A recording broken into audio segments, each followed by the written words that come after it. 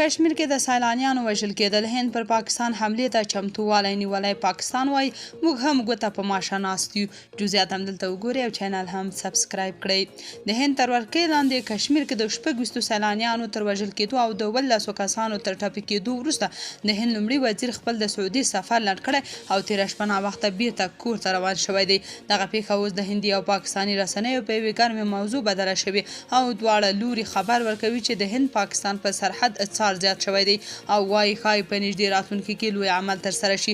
هند کې دغه پیښه په داسې حال کې ترسره کیږي چې د ټرمپ مرستیال هند کې شتون لري او مودي هم د سعودي ولیعهد سلمان سره ملاقاتونه لرل. د پاکستان بهرنیو چارو وزارت یاد برید غندلی او وايي د ملکي خلکو په نښه کېدو باندې خفه دي.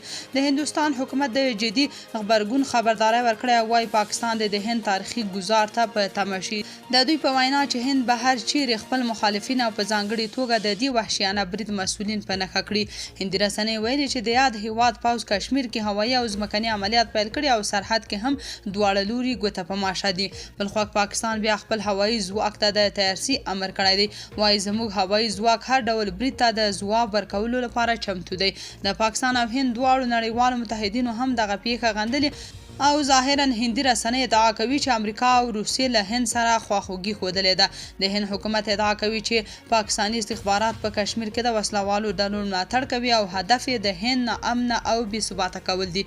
د دوی په وینا چې د وروستي برید موخه دا وه ترڅو کشمیر نړیوالو ته ناامنه وښیي او بهرنیان یادې سیمې ته له تللو ډډه وکړي.